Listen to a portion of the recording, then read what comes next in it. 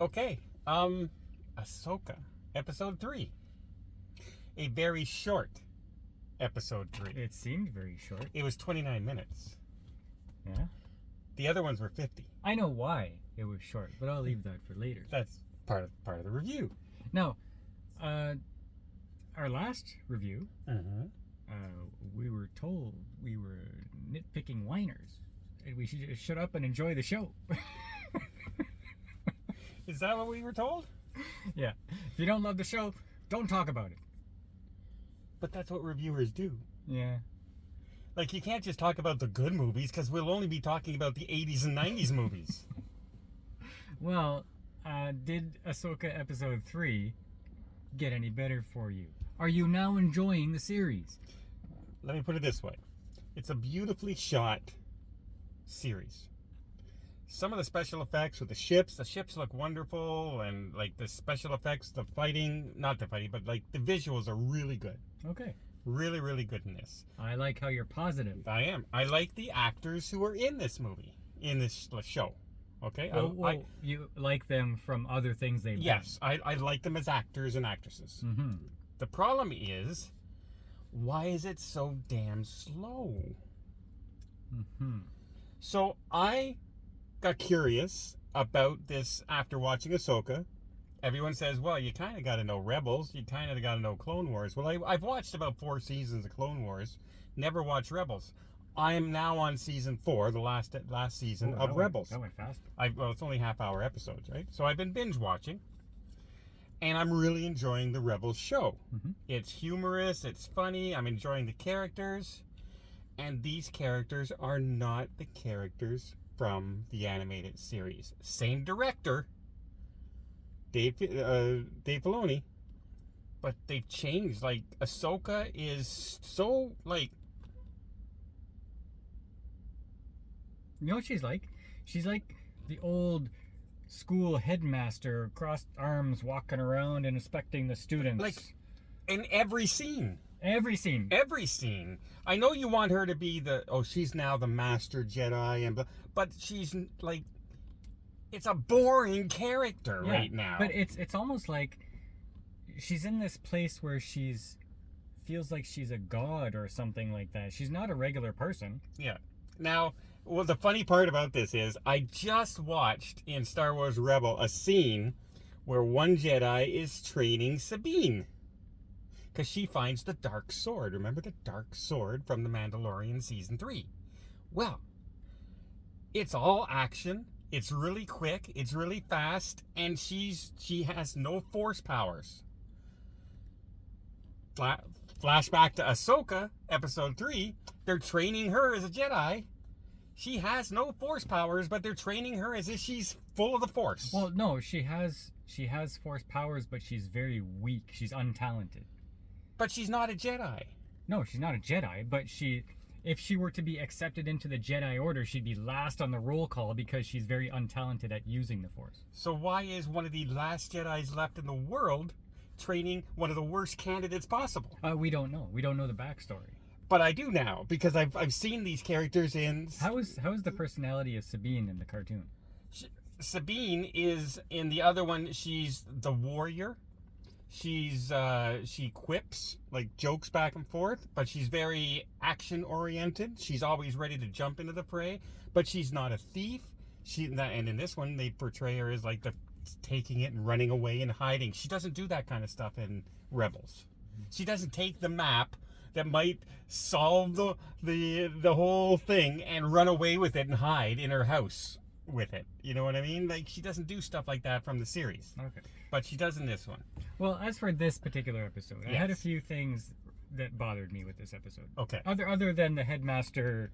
I just find all the characters are boring, and it's so slow. I was pleasantly surprised that one of my last criticisms was, I don't know why Thrawn is such a threat. And now, General Syndulla, I think that's her name is, goes in to a meeting with the senators, and she's about to say why he is such a threat. And you know what her answer was? When she's trying to get their cooperation to send a fleet or get resources, she says, he is so evil, he killed some friends of mine. Yeah. That was everything I got about Thrawn. Yeah. watch the series of Rebels, you know why Thrawn's a threat. See, but that's the thing. If you don't watch it, you have no idea. If Lucasfilm wants the audience to be happy with this show, they have to come out and say, listen, you watched Rebels and you watched Clone Wars, this show is for you. They can't say, hey everybody, this is a new Star Wars show, everybody should come and watch this, even if you haven't seen the cartoons. No. Because now everybody's going to be disappointed. Well, yeah, and you know what? Rebels should have been a movie, and then Ahsoka come out. Because then it would have made sense. But right now, you have to, and you also have to watch The Mandalorian Season 2 and Season 3 to figure out why Ahsoka was doing this and this. What happened to Grogu? Is he no longer any part of anything anymore? He's full of the Force power. Why is she not training him? Why is he's back with the Mandalorian on a farm someplace, for God's sake, in Season 3? What the heck is going on with Star Wars? Well, this is about Ahsoka, and she had a Padawan. That's why they're together. This is their story. Yeah, but I don't know why she's a Padawan. She's a good fighter, she's a good warrior, but she was never anything to do with the Force, ever in the series. Now, it's really confusing. Now, it was only 29 minutes long, and I know why. It's because they didn't know what the heck they wanted to do with this episode. No, there was nothing happened. No, this was a nothing episode through and through. Yeah. Because, think, oh, we don't have anything to write. What should we do, AI? It spits out something that looks like Star Wars. Okay, there's senators and holograms. There's a car chase that lasts 15 minutes with spaceships, and then it just ends. And a training session.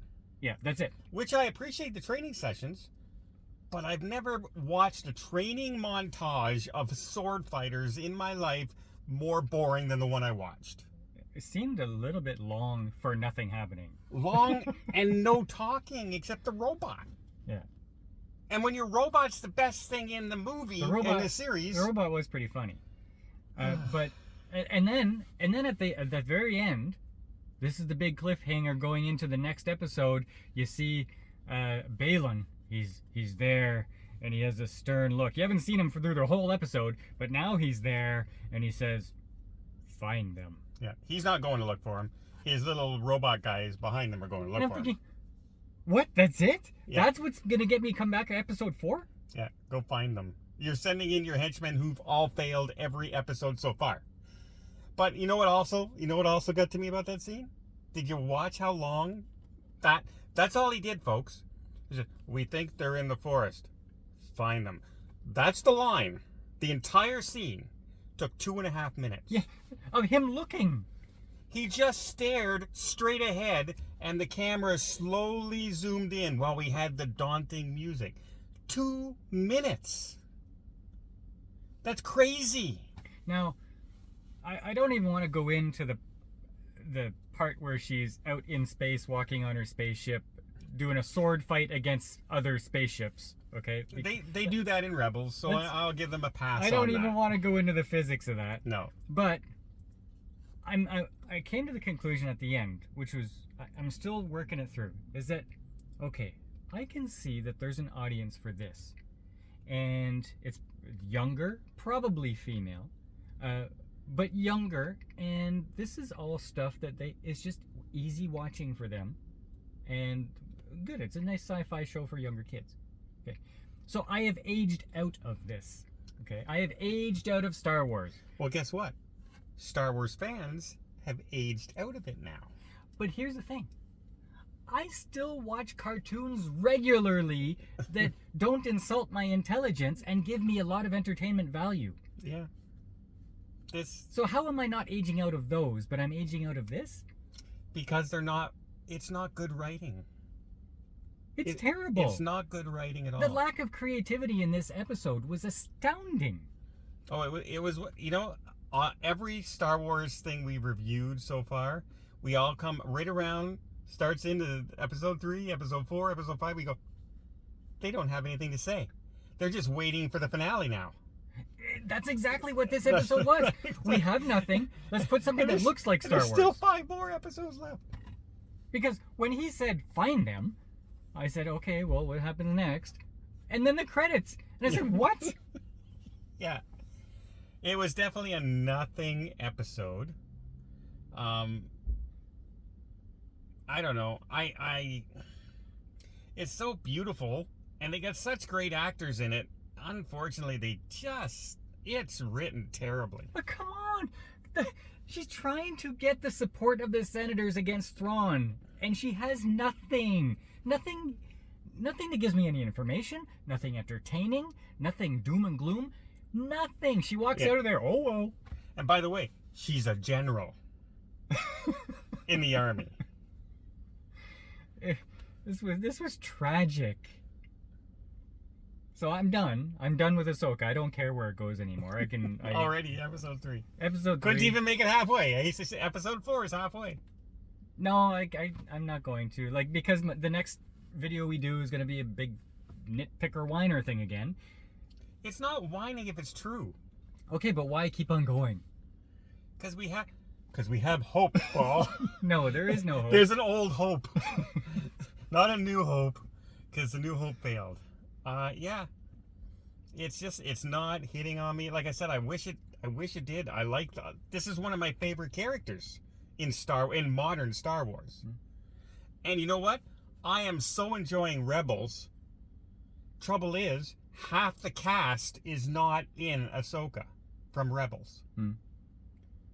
And guess which ones aren't in? The good ones? All the male characters. There's 3 female characters in Rebels and 4 male characters in Rebels. All 4 male characters are not in the series. Maybe they'll make an appearance. They might. We'll see. Hmm. They keep mentioning them, so hopefully they'll make a series. One of them they're probably looking for. One of them is the kid who was the beginning of the whole thing. And what's really good about the series of Rebels, even though it's animated, you see them grow up in the series, which is rare for an animated series. They always usually keep them right around that same age and look, right? No, the kid grows up, he changes his hair, he becomes wiser, he grows during the seasons, which is pretty cool. Unfortunately, they didn't carry it on into the live action series. And this should have been Rebels. This should not have been Ahsoka. Because Ahsoka should have had her own movie. Maybe, but I guess they wanted Rosario Dawson, and she's at an age where she can't do Rebels. She can't do Ahsoka neither. Maybe they should have had a different actress for young Ahsoka, and then Rosario Dawson for this Ahsoka. I don't know. But even as good as she looks as Ahsoka, she's not Ahsoka right now. She's too stoic in her looks, no emotion showing ever. Three episodes. No emotion, ever. Mm-hmm. From a crack of a smile to anything. See, when she popped up in Boba Fett in the Mandalorian episode, that's when she popped up, right? I thought, okay, well, her stoicness is just mystery, and I was intrigued by the character. But now that I see that that's just how she is, that's just boring. How she is now, and that's I don't know why they chose to portray her that way. Yeah. But that's Dave Filoni, the savior of Star Wars. I don't think so. Because he was good in animated, not so good in live action. Sorry, Dave.